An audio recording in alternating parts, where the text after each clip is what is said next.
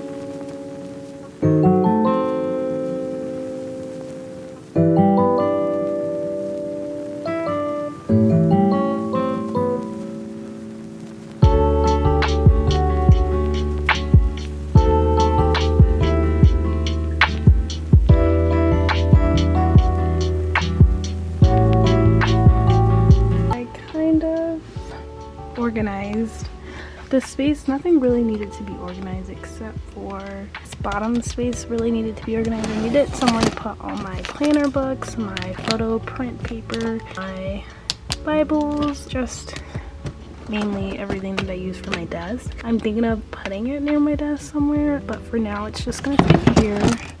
Then I just have this extra book. I do have another book desk that I might transfer over here so that I can put that over where that area is. This top space, right now it's got my Christmas stuff that I'm gonna put in a storage bag.